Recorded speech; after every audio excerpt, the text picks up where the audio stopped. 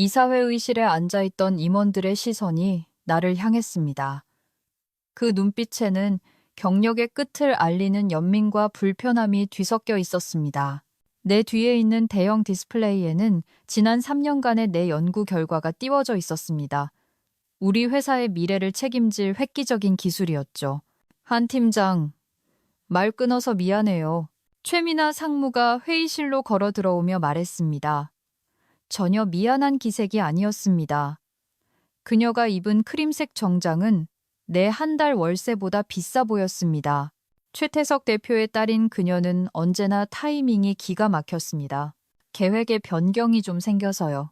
그녀가 회의실 앞쪽으로 미끄러지듯 걸어가는 모습을 보며 나는 온몸이 마비되는 것 같았습니다.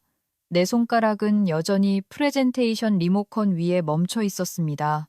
불과 몇 분 전까지만 해도 내 발표에 고개를 끄덕이던 6명의 투자자들은 이제 자세를 고쳐 앉으며 그녀에게 모든 관심을 집중했습니다. 대표님께서 기쁜 소식을 전해달라고 하셨거든요. 최 상무는 나를 쳐다보지도 않고 계속했습니다. 저희가 시장 잠재력이 훨씬 뛰어난 대안적인 접근법을 개발했습니다. 그녀가 자신의 프레젠테이션을 띄우며 내 자료를 화면에서 내려버리자 목이 메어왔습니다. 그녀의 손짓 한 번에 내 존재 자체가 지워지는 듯 했습니다. 한 팀장의 아이디어는 이제 필요 없어요. 그녀가 내 곁을 지나치며 나만 들릴 정도로 작게 속삭이더니 이내 방 전체에 들리도록 목소리를 높였습니다. 한 팀장의 연구가 중요한 기초가 되긴 했지만 우리는 더 혁신적인 방향으로 나아가기로 했습니다. 나는 투명 인간처럼 서서 그녀가 띄운 슬라이드를 바라봤습니다.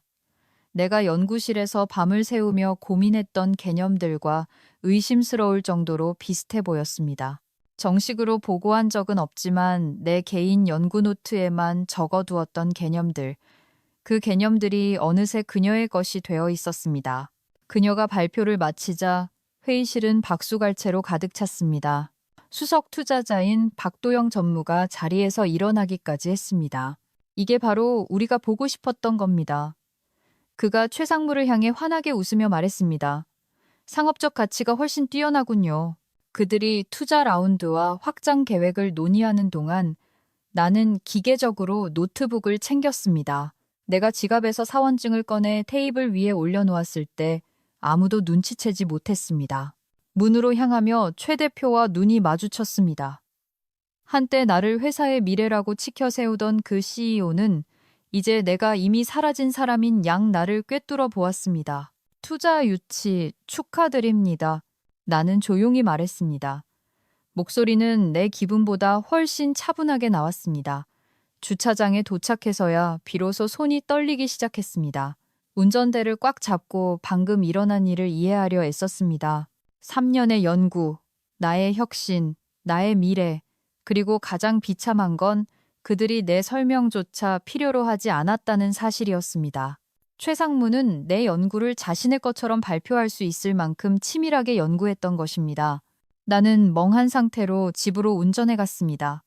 최 대표가 내가 무슨 일을 저질렀는지 깨닫기 전에 무엇을 회수해야 할지 머릿속으로 계산하고 있었습니다. 기껏해야 48시간이 남았습니다. 이야기를 계속하기 전에 이 이야기가 흥미로우시다면 좋아요와 구독 버튼을 눌러주세요.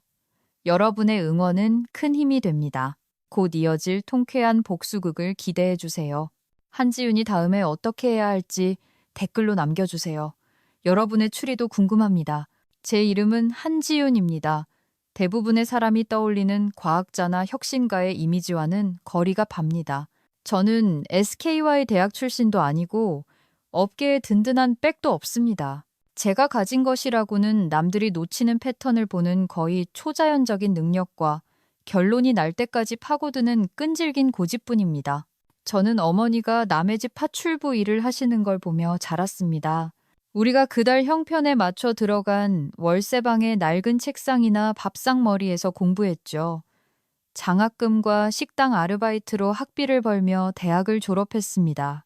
다른 학생들이 잠을 잘 때 저는 제 이름조차 올라가지 않는 연구를 보조하며 실험실을 지켰습니다. 최 대표는 4년 전 저의 이런 특이한 이력에도 불구하고 저를 채용했습니다. 어쩌면 그 이력 때문이었을지도 모릅니다. 새로운 관점이 돌파구를 만드는 법이지. 면접 당시 그는 독학으로 분자생물학을 파고든 저의 접근 방식에 진심으로 감탄한 듯 했습니다. 3년 동안 저는 하루 16시간씩 일하며 불안정한 화합물을 안정화하는 기술을 개발했습니다. 이는 신체 내표적 약물 전달 방식을 혁신할 기술이었습니다. 단순한 직장이 아니었습니다. 제 평생의 역작이자 제가 이 업계에 속할 자격이 있음을 증명할 기회였습니다. 최미나 상무가 올 줄은 꿈에도 몰랐습니다. 그녀는 8개월 전 유럽의 어느 경영대학원을 갓 졸업하고 전략혁신이사라는 급조된 직함과 함께 구석의 임원실을 차지했습니다. 최 대표는 우리 모두에게 그녀의 신선한 시각이 얼마나 큰 행운인지 설명하며 딸을 자랑스러운 눈빛으로 소개했습니다. 저는 환영하려 노력했습니다. 그녀가 질문할 때마다 연구 내용을 공유했고 관심을 보이면 제 방법론을 설명해 주었습니다. 그녀가 진심으로 배우고 싶어 한다고 생각했습니다. 지윤 씨는 정말 똑똑해요. 언젠가 그녀가 제 실험대 옆에 기대서 말했습니다. 하지만 이 업계가 실제로 어떻게 돌아가는지는 모르는 것 같아요. 그 말이 경고이자 협박이었다는 걸 그때는 몰랐습니다. 투자자 미팅은 몇 달 전부터 잡혀 있었습니다. 우리 회사의 미래 자금을 쥐고 있는 사람들에게 직접 발표할 기회였죠.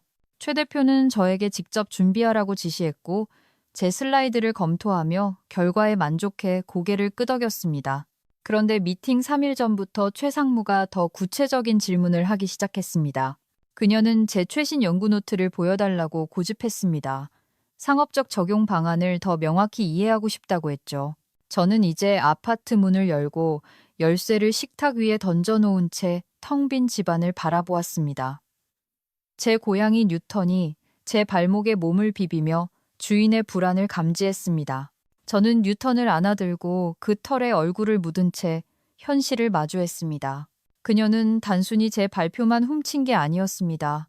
제 미래를 훔친 겁니다. 내일 이맘때면 최 대표는 제가 무엇을 회수했는지 깨닫게 될 겁니다. 그리고 진짜 혼란이 시작되겠죠. 그때 연구실 동료이자 가장 친한 친구인 소영에게서 카톡이 왔습니다. 무슨 일이야? 다들 수군대는데 아무도 정확한 내용을 몰라. 저는 답장을 어떻게 해야 할지 몰라 화면만 바라봤습니다. 평생의 연구를 빼앗겼다는 걸 어떻게 설명할까요? 모든 걸 버리고 나왔다는 걸 어떻게 인정할까요? 결정을 내리기도 전에 또 다른 메시지가 떴습니다. 이번엔 최 대표였습니다. 당장 얘기 좀 해. 저는 휴대폰을 꺼버리고 노트북을 열었습니다. 할 일이 있었습니다. 다음 날 아침은 폭풍 전의 고요함처럼 인위적인 평온함 속에 밝았습니다. 저는 샤워를 하고 가장 전문적으로 보이는 정장을 갖춰 입은 뒤 다가올 대립을 준비했습니다. 제 노트북에는 저를 구하거나 우리 모두를 파멸시킬 증거가 들어 있었습니다. 판교 연구단지에 도착하자 보안 요원이 의아한 표정으로 문을 열어주었습니다. 어제 그만두신 거 아니었어요? 공식적으로는 아직이요. 저는 유리 조각을 삼킨 듯한 미소를 지으며 대답했습니다. 연구실에 들어서자 평소와 다른 기류가 흘렀습니다. 제가 지나가자 대화가 뚝 끊겼습니다. 동료들은 눈을 피했습니다. 저는 수군거림을 무시한 채 제 자리로 가서 개인 물품을 챙기기 시작했습니다. 소영이 다가와 낮고 다급한 목소리로 말했습니다. 대표님이 어제 오후부터 언니 찾고 난리도 아니었어. 완전히 돌아버리셨던데. 도대체 무슨 짓을 한 거야? 저는 조심스럽게 머그잔을 가방에 넣었습니다.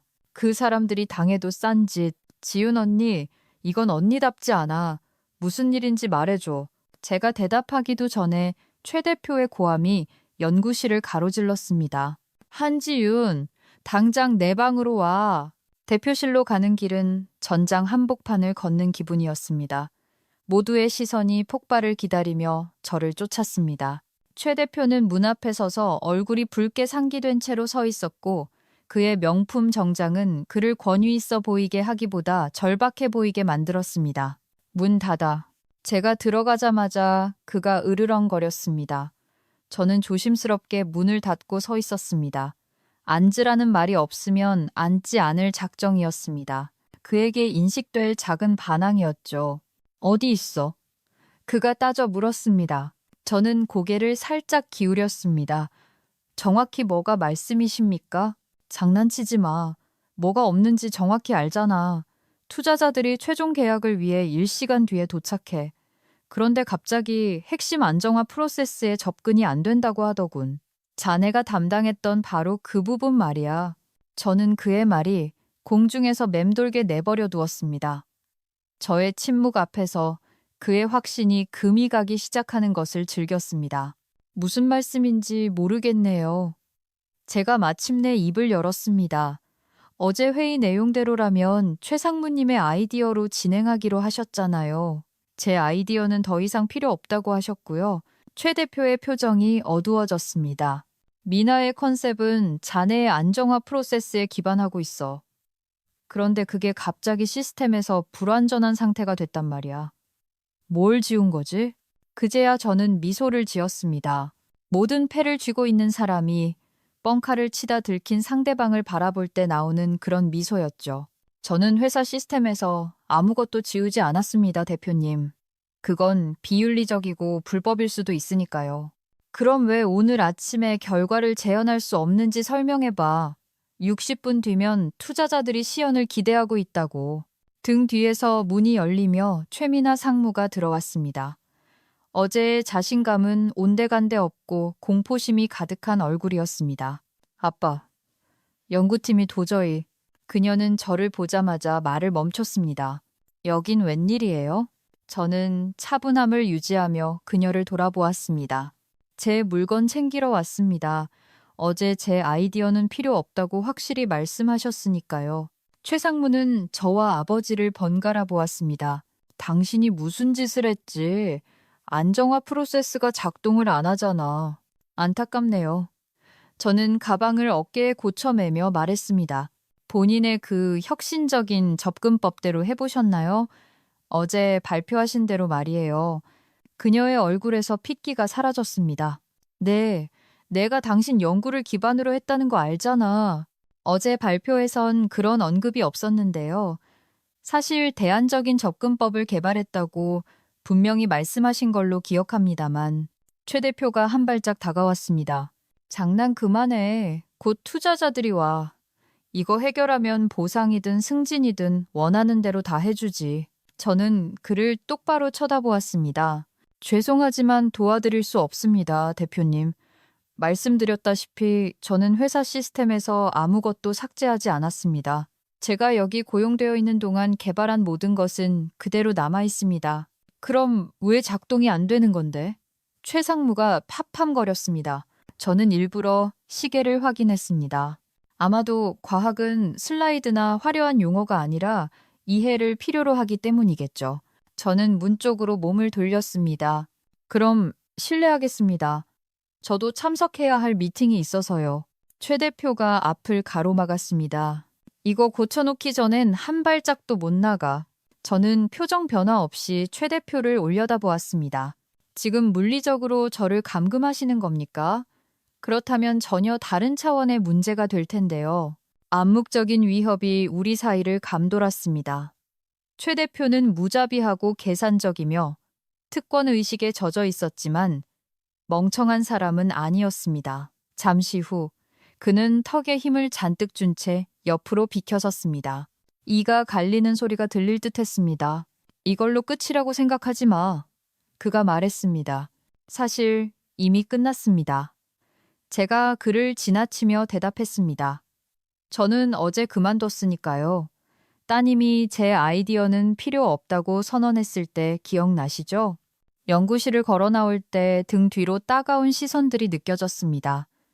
조금 전까지만 해도 수군대던 동료들은 이제 충격에 빠진 침묵 속에서 저를 지켜봤습니다. 감히 최 대표에게 맞서는 사람은 아무도 없었으니까요.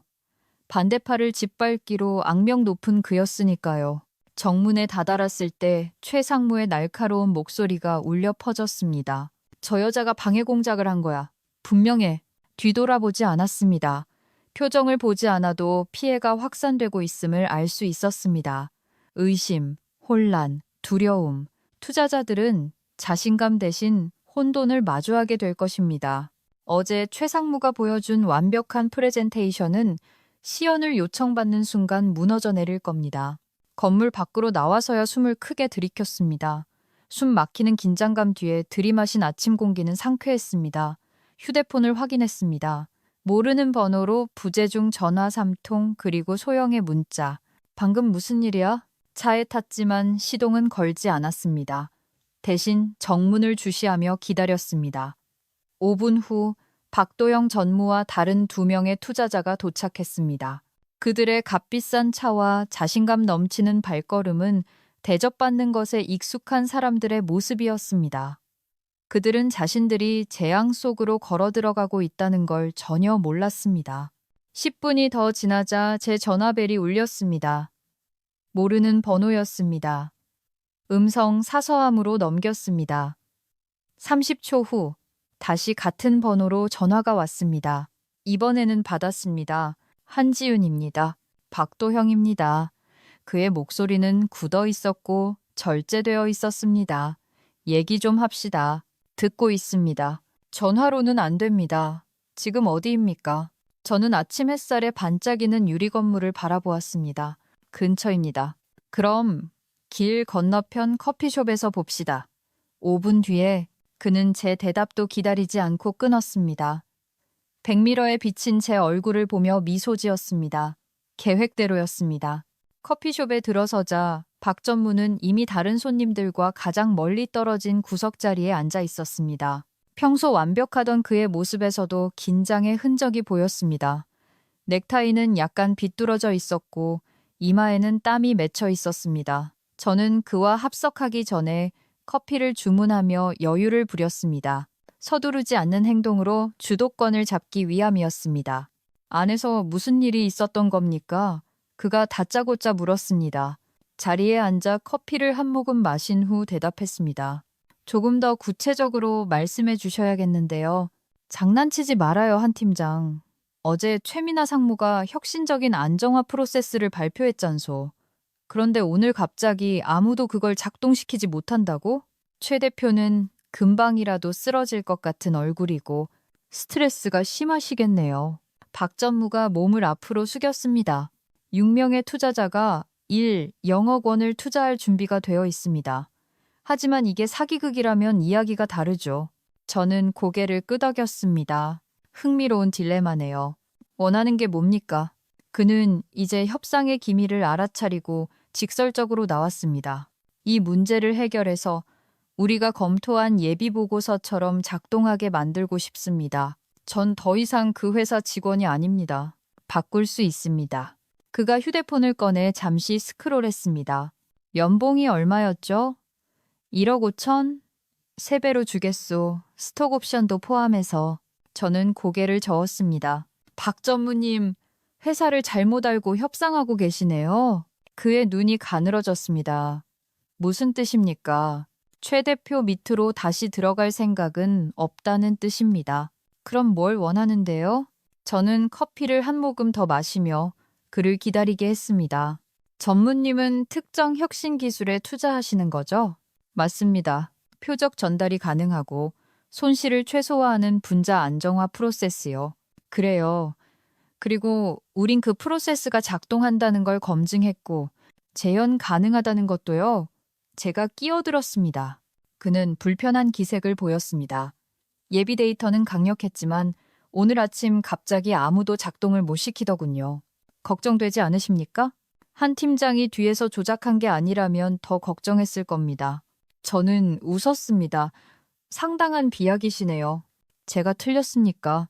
하나만 여쭙죠, 전무님. 어제 발표에서 최상무가 이 프로세스를 누가 개발했다고 했습니까? 그가 인상을 찌푸리며 기억을 더듬었습니다. 회사의 혁신 기술이라고 했죠. 자기 팀의 성과라고. 자기 팀. 저는 천천히 고개를 끄덕였습니다. 재밌네요. 그의 표정이 이해했다는 듯 변했습니다. 지금 내가 1영억 원을 어디에 투자할지 아주 신중하셔야 한다고 말씀드리는 겁니다. 저는 커피를 반쯤 남겨둔 채 자리에서 일어났습니다. 특히 발표자가 자신이 팔고 있는 물건을 실제로 내놓을 능력이 없다면 더더욱요. 잠깐, 박 전무가 제 팔을 잡으려다 멈췄습니다. 이야기를 계속합시다. 동의합니다. 하지만 여기서는 아니에요. 지금도 아니고요. 저는 전화번호 하나만 적힌 텅 빈 명함을 건넸습니다. 오늘 오후 3시에 2번으로 전화 주세요. 진짜로 작동하는 걸 보고 싶으시다면요. 저는 명함을 멍하니 바라보고 있는 그를 남겨두고 떠났습니다. 아파트로 돌아왔을 때 제 휴대폰은 메시지로 불이 나고 있었습니다. 연구실은 완전히 아수라장이었습니다. 몇 달 동안 일관되게 나오던 결과를 연구원들이 재현하지 못한 겁니다. 최 상무는 장비 탓을 하고 있었고 최 대표는 고치지 못하면 다 해고하겠다고 협박하고 있었습니다. 소영이 문자를 보냈습니다. 최 대표가 프로세스에 결함이 있을지도 모른다고 말한 강 대리를 방금 잘랐어. 이게 무슨 일이야? 도대체 무슨 일이 벌어지고 있는 거야? 저는 답장하지 않았습니다. 대신 노트북을 열고 오후 3시 미팅을 준비하기 시작했습니다. 모든 것이 완벽해야 했습니다. 2시 30분 초인종이 울렸습니다. 보안 카메라를 확인하니 놀랍게도 최 대표가 혼자 서 있었습니다. 길가에는 기사도 없이 그의 차가 시동이 걸린 채 서 있었습니다. 직접 온 것입니다. 무시할까 했지만 생각을 바꿨습니다. 이 대면은 피할 수 없는 것이었습니다. 문을 열자 아침보다 훨씬 늙어 보이는 그가 서 있었습니다. 강력했던 CEO의 모습에 금이가 있었습니다. 들어가도 되겠나? 평소의 위압적인 목소리는 사라져 있었습니다. 저는 말없이 비켜서서 그를 들어오게 했습니다. 그는 쌓여있는 과학저널과 메모로 어지러운 작은 책장 위에서 경계하며 내려다보는 고양이를 훑어보며 제 소박한 아파트를 둘러보았습니다. 투자자들이 가버렸어. 그가 마침내 입을 열었습니다. 유감이네요. 아니, 자넨 유감스럽지 않아. 그의 목소리엔 분노 대신 지독한 피로가 묻어 있었습니다. 자네가 계획한 거잖아. 전 아무것도 계획하지 않았습니다, 대표님. 그냥 그만둔 것뿐이죠. 공개적으로 망신당하고 제 연구를 도둑맞은 뒤에요. 그는 저의 직설적인 말에 움찔했습니다. 미나가 너무 의욕이 앞섰어. 자네 공로를 인정하지 않고 발표한 건 실수였지. 공로요? 저는 헛웃음을 터뜨렸습니다. 제 귀에도 거슬릴 만큼 날카로운 소리였습니다. 전체 프로세스를 창조한 걸 묘사하는 방식치고는 흥미롭네요. 우린 이걸 고칠 수 있어. 그가 초대받지도 않은 소파에 앉으며 말했습니다. 돌아와. 전적인 크레딧, 더 높은 직급, 원하는 조건을 말해봐. 저는 한때 저에게 기회라고 여겨졌던 이 남자를 빤히 쳐다보았습니다. 제가 왜 이제 와서 대표님을 믿어야 하죠? 왜냐하면 자네 없이는 우린 모든 걸 잃으니까. 회사, 투자금, 우리가 쌓아온 모든 것 말이야. 대표님이 공을 가로채는 동안 제가 쌓아올린 모든 것을 말씀하시는 거겠죠. 그는 움찔했지만 부인하지 않았습니다. 원하는 게 뭐야, 한 팀장. 나가주셨으면 합니다. 이성적으로 생각해. 자네가 거절하면 우리 둘 다 손해야. 아니요, 대표님. 대표님만 손해죠. 저는 시계를 힐끗 보았습니다. 저는 준비해야 할 미팅이 있어서요. 그의 얼굴이 어두워졌습니다. 누구와? 그건 더 이상 대표님이 상관하실 일이 아닙니다. 그가 일어섰습니다. 피로가 분노로 바뀌어 있었습니다. 우리 연구를 경쟁사에 가져갈 순 없어. 여기 고용되어 있는 동안 개발한 건 모두 회사 소유야. 회사 소유인 건 아무것도 가져오지 않았습니다. 그건 약속들이죠. 그의 눈이 가늘어졌습니다. 그럼 왜 작동이 안 되는 건데? 저는 문을 열어 대화가 끝났음을 알렸습니다. 아마도 과학은 복잡한 학문이라 화려한 프레젠테이션만으로는 훔칠 수 없는 게 있기 때문이겠죠. 그가 문 쪽으로 발을 떼자마자 그의 전화벨이 울렸습니다. 그는 화면을 확인하더니 분노에서 당혹감으로 표정이 바뀌었습니다. 아직 안 끝났어. 그는 전화를 받으며 걸어 나갔습니다. 저는 문을 닫고 잠시 기대어 섰습니다. 손이 미세하게 떨렸습니다. 누군가와 대립하는 건 제 체질이 아니었지만 이제 와서 편안함을 따질 때는 아니었습니다. 정확히 오후 3시 전화벨이 울렸습니다.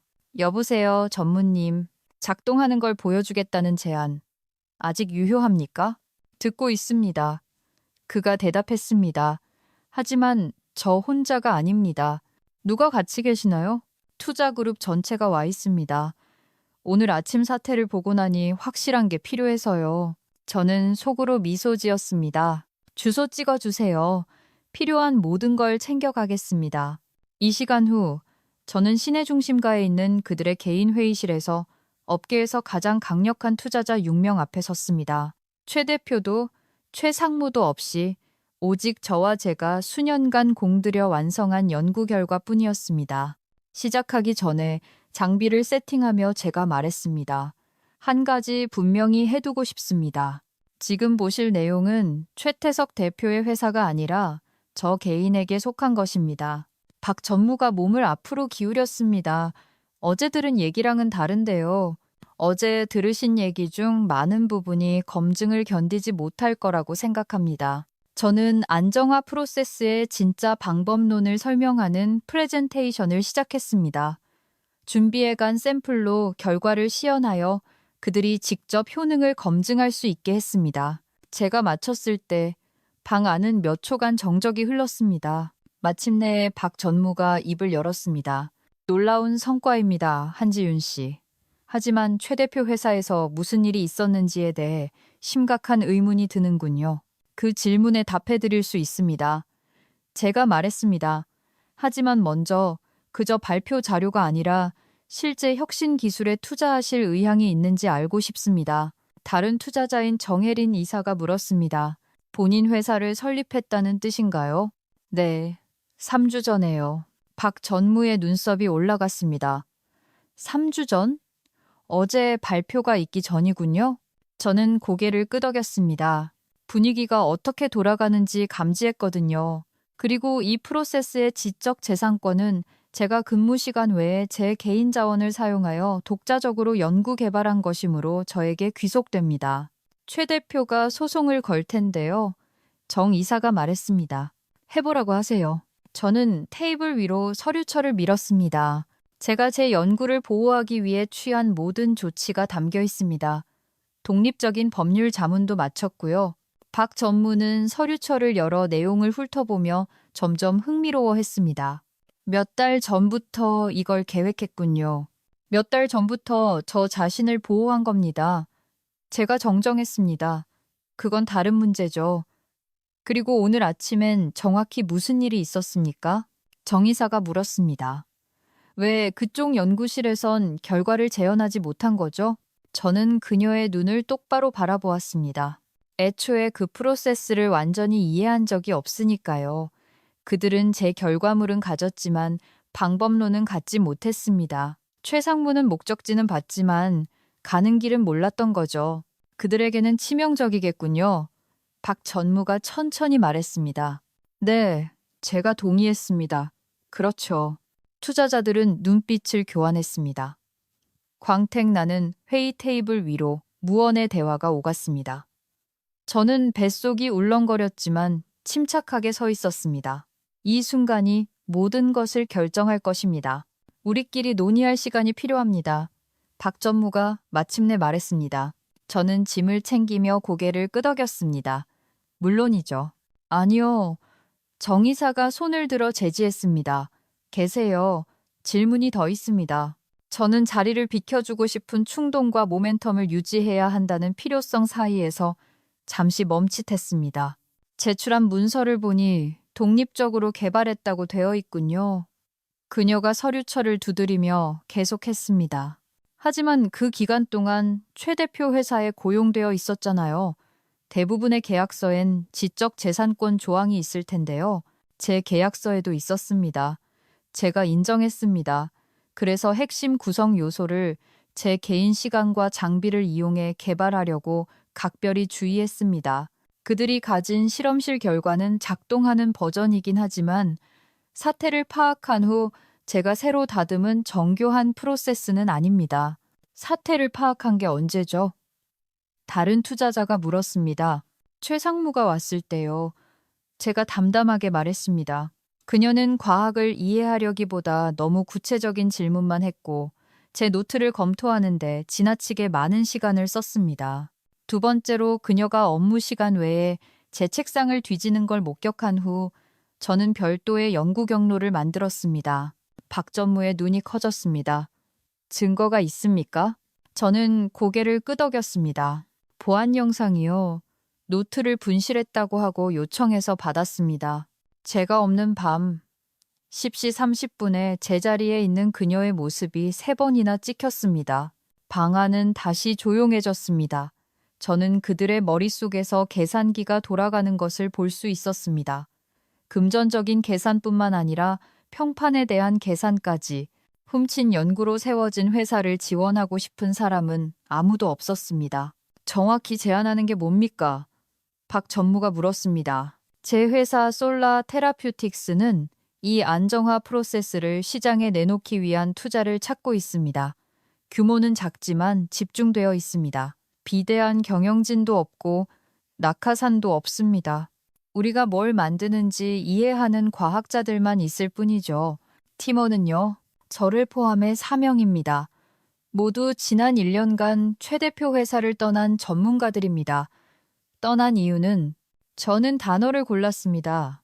리더십에 대한 우려 때문이었죠. 정 이사가 천천히 고개를 끄덕였습니다.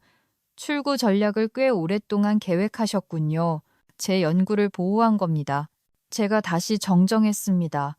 출구는 제 기여가 존중받지 못하고 인정받지 못할 것이 분명해졌을 때 필요해진 것뿐입니다.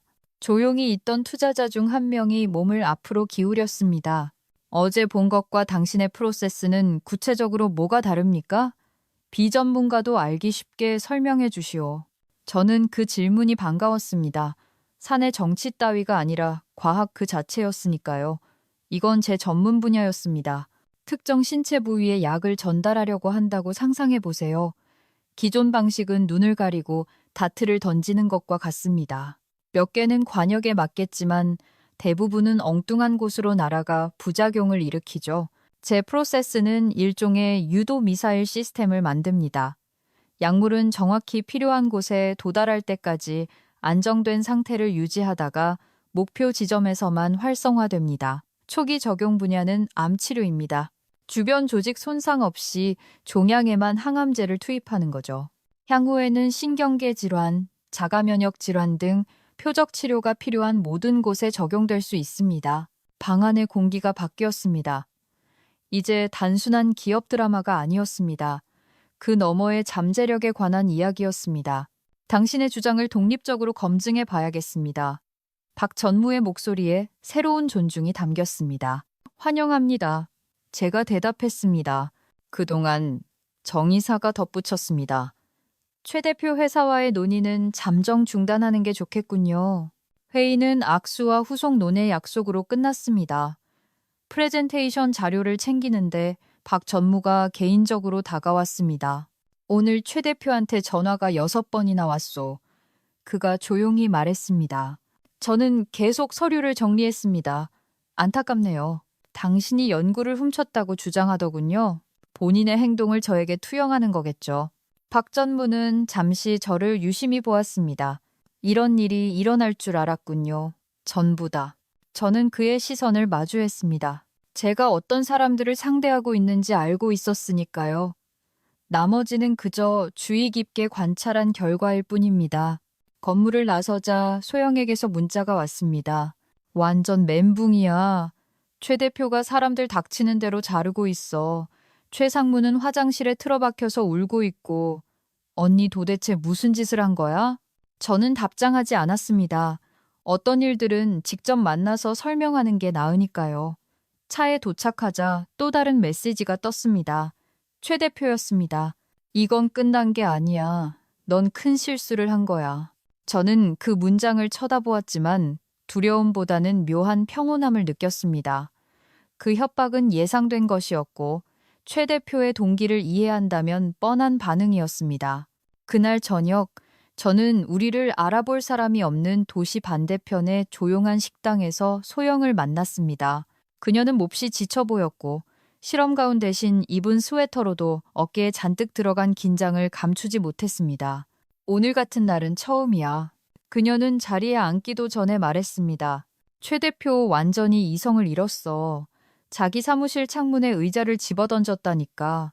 다들 괜찮아? 몸은 괜찮아. 직업적으로는 수석 연구원 절반이 그 자리에서 사표 썼어. 나머지는 이력서 업데이트하고 있고. 그녀가 몸을 가까이 댔습니다. 투자자들이 전부 발 뺐대. 싹 다. 저는 놀라지 않고 고개를 끄덕였습니다. 언니가 한 거지? 그녀가 제 얼굴을 살피며 계속했습니다.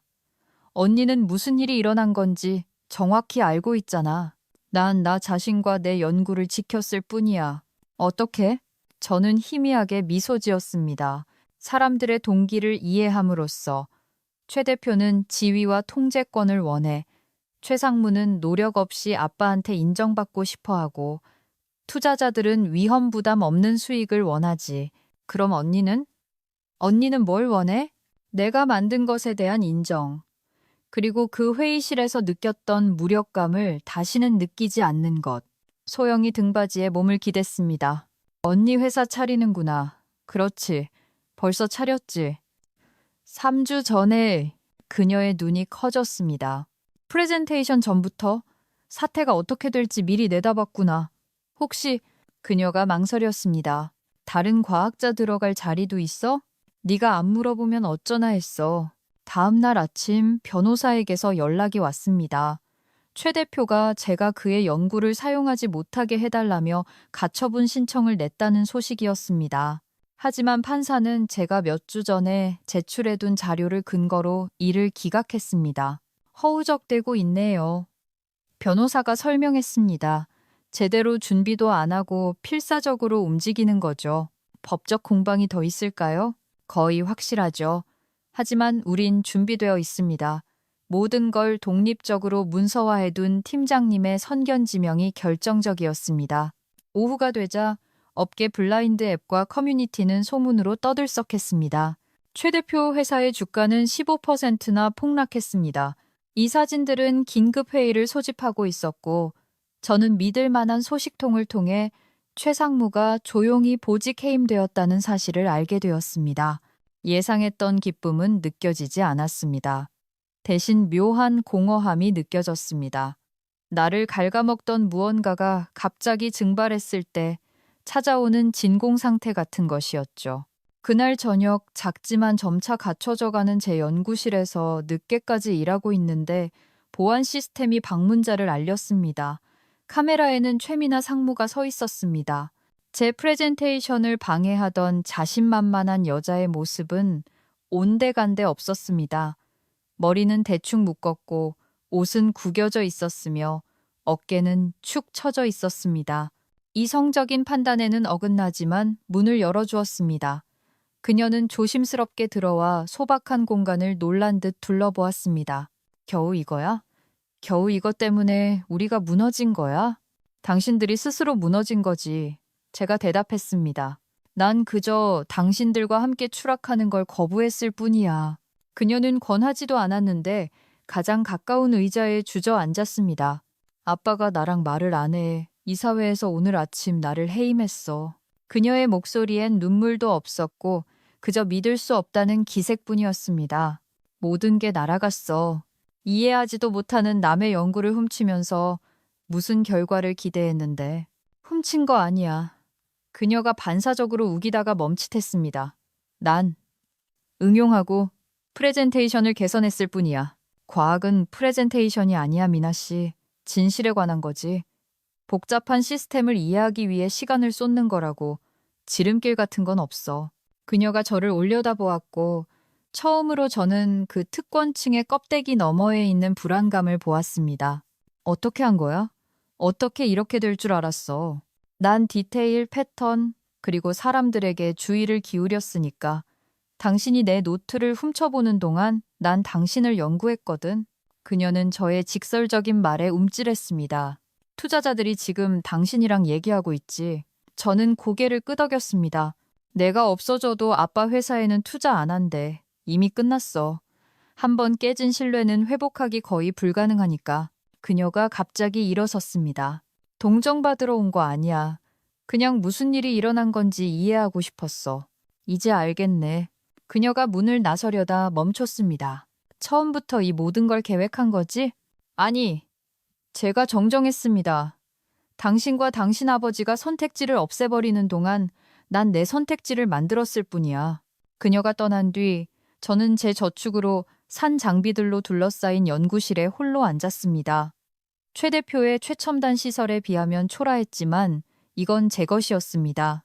모든 비커 원심 분리기, 현미경 하나하나가 아무도 나를 믿어주지 않을 때 나 자신에게 걸기로 한 선택을 상징했습니다. 최상무가 내 발표를 방해한 지 48시간 만에 모든 것이 변했습니다. 최 대표의 회사는 추락하고 있었습니다. 투자자들은 대신 저와 협상하고 있었습니다. 그리고 수많은 환자에게 도움이 될 연구는 제 지휘 아래 계속될 것입니다. 복수는 최 대표를 파멸시키거나 최 상무에게 망신을 주는 것이 아니었습니다. 애초에 그들이 필요 없었다는 것을 증명하는 것이었죠. 전화가 울렸습니다. 박 전무였습니다. 이사회가 최종 결정을 내렸습니다. 그가 서두 없이 말했습니다. 초기 투자금 700억 원에 성과에 따른 추가 투자로 200억까지 제안할 준비가 되어 있습니다. 저는 잠시 눈을 감고 방금 일어난 일의 무게를 받아들였습니다. 그리고 한 가지 더 있습니다. 그가 계속했습니다. 최태석 대표가 해임될 겁니다. 이사회가 신뢰를 잃었어요. 그렇군요. 혹시 후임 CEO 자리에 관심 있냐고 묻더군요. 저는 진심으로 놀라 웃음을 터뜨렸습니다. 과분한 제안이네요. 하지만 거절하겠습니다. 저는 지금 제 것을 만들고 있어서요. 그럴 줄 알았습니다. 그래도 물어볼 가치는 있었죠. 전화를 끊고 저는 조용한 연구실을 걸으며 단순한 과학 도구가 아닌 자유를 상징하는 장비들을 손으로 쓸어보았습니다. 내 방식대로 일할 자유, 내 공로를 인정받을 자유, 그리고 다시는 다른 누군가가 내 평생의 연구를 가로채는 동안 침묵하며 서 있지 않을 자유 말입니다. 다음 날 아침, 퀵서비스로 소포 하나가 제 아파트로 배달되었습니다. 안에는 제 원본 연구 노트가 들어 있었습니다. 몇 달 전 제 책상에서 사라졌던 바로 그 노트였습니다. 최 대표의 독특한 필체로 적힌 짧은 쪽지가 동봉되어 있었습니다.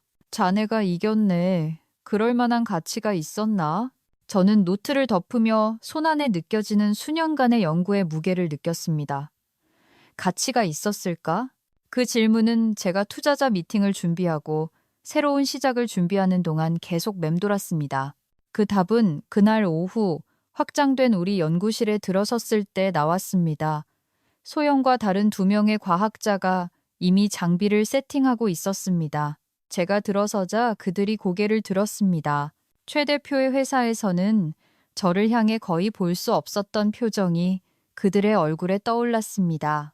존경심, 세상을 바꿀 준비 됐어? 제가 물었습니다. 그들의 미소가 모든 것을 말해주었습니다.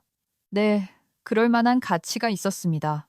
이 이야기가 공감되셨다면 좋아요와 구독 버튼을 눌러주세요. 정의 구현 이야기를 더 만나보실 수 있습니다. 누군가 여러분의 공을 가로채려 했을 때 맞서 싸운 경험이 있나요? 댓글로 경험담을 공유해주세요. 제가 하나하나 다 읽어보겠습니다. 그리고 기억하세요. 때로는 최고의 복수는 상대를 끌어내리는 것이 아닙니다. 그들이 상상조차 못했던 높이로 당신 자신을 끌어올리는 것입니다.